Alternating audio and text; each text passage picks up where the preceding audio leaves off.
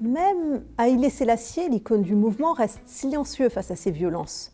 Ce silence divise. Pour certains Rastafari, c'est une mise à l'épreuve de leur foi, un test imposé par Jah pour éprouver leur engagement et leur résistance face à l'adversité. Pour d'autres, c'est une source de questionnement. Comment leur Messie peut-il ignorer les souffrances de ceux qui le vénèrent? Lorsque l'empereur d'Éthiopie visite la Jamaïque en 1966, l'accueil est délirant. Des milliers de Rastafaris se pressent pour le voir, persuadés d'assister à une rencontre divine. Mais un détail frappe, Haïlé Sélassié ne se présente pas comme un dieu. Il est chrétien orthodoxe, pratiquant et n'a pas reconnu la croyance Rastafari. Il souhaitait convertir les Rastafari au christianisme tawahédo éthiopien.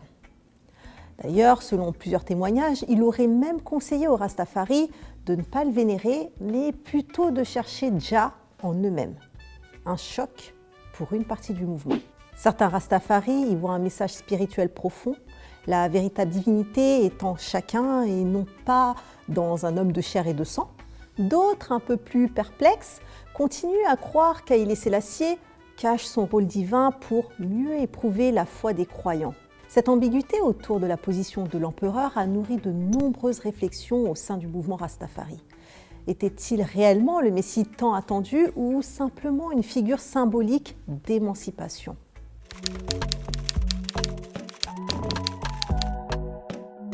Aujourd'hui, le rastafarisme a conquis le monde. Mais à quel prix? D'un côté, il inspire encore des millions de personnes, des militants afrodescendants aux communautés spirituelles en quête d'authenticité. Mais de l'autre, il est souvent réduit à des clichés. La ganja, la musique et les dreadlocks, sans que l'on comprenne la profondeur de son message. Le rastafarisme est-il devenu un simple style, vidé de sa substance spirituelle et politique?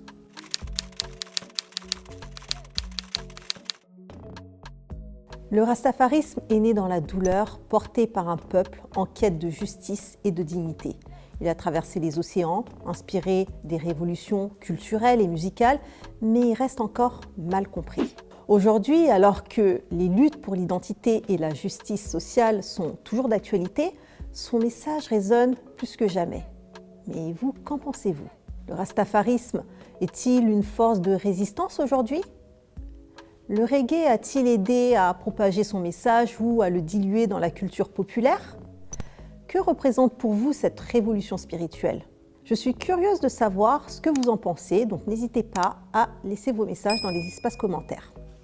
Si vous avez aimé cette vidéo, likez, partagez et abonnez-vous à la chaîne. On se retrouve très vite.